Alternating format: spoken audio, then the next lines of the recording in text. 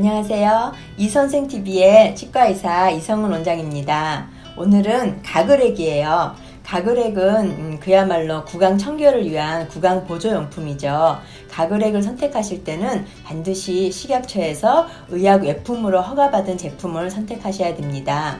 가글액의 성분은 가장 많이 들어있는 게 불화나트륨, 그러니까 불소죠. 불소는 충치 예방 효과가 있는 것으로 알려져 있고요. 그 외에도 여러 가지 항균 작용이나 항염증 작용이 있는 여러 성분들이 복합돼서 들어가 있습니다.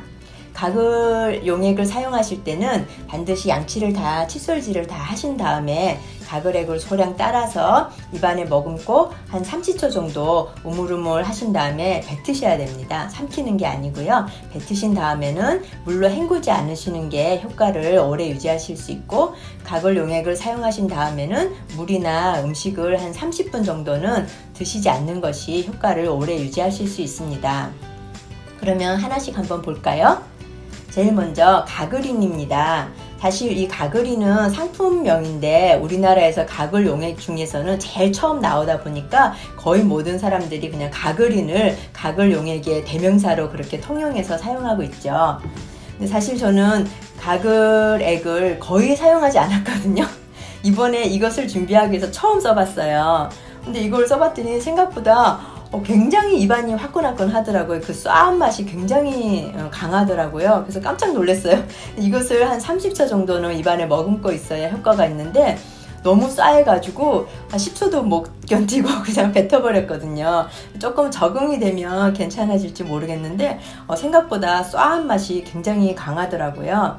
근데 요새는 이제 이 가글인도 이렇게 조금 순한 맛이 나와 있어요. 그래서 이거는 라임 향이 좀 들어있는 향이라서 맛도 좀 순하고 그래도 조금 입안에 오래 머금을 수가 있더라고요. 그래서 이게 순한 맛이 조금 괜찮은 것 같았습니다.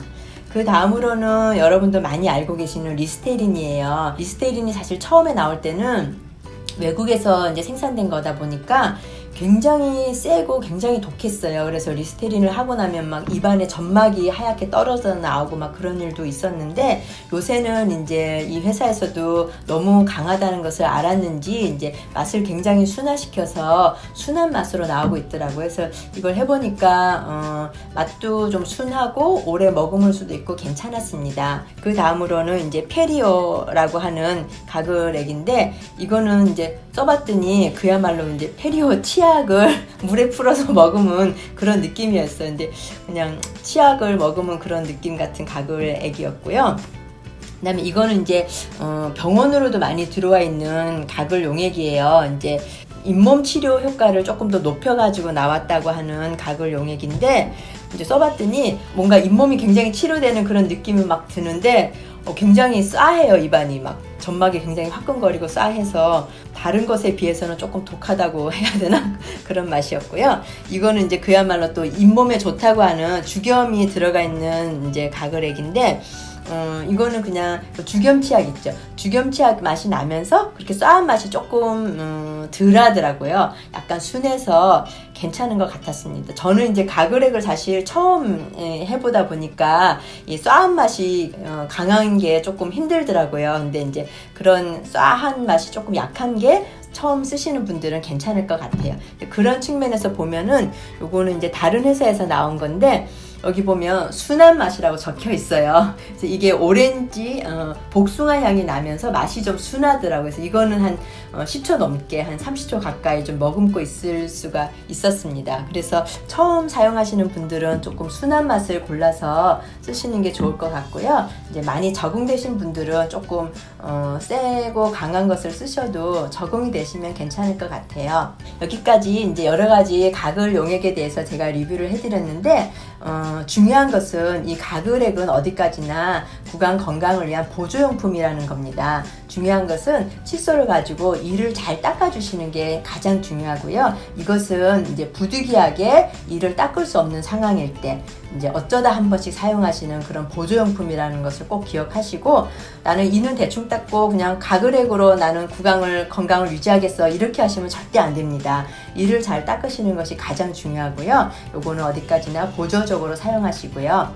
그리고 이제 침이 말라서 입이 이제 굉장히 건조하신 분들이 있으세요. 그런 분들한테는 이런 가글액이 추천되지 않습니다. 이런 가글액을 이제 오래 쓰다 보면 오히려 침이 더 안 나와서 구강 건조가 오히려 더 심해질 수 있거든요. 그래서 구강이 굉장히 건조하신 분들은 이런 가글액을 쓰지 마시고 수시로 물을 많이 드시는 것이 훨씬 더 좋습니다. 물을 많이 드시기를 권해드리고요.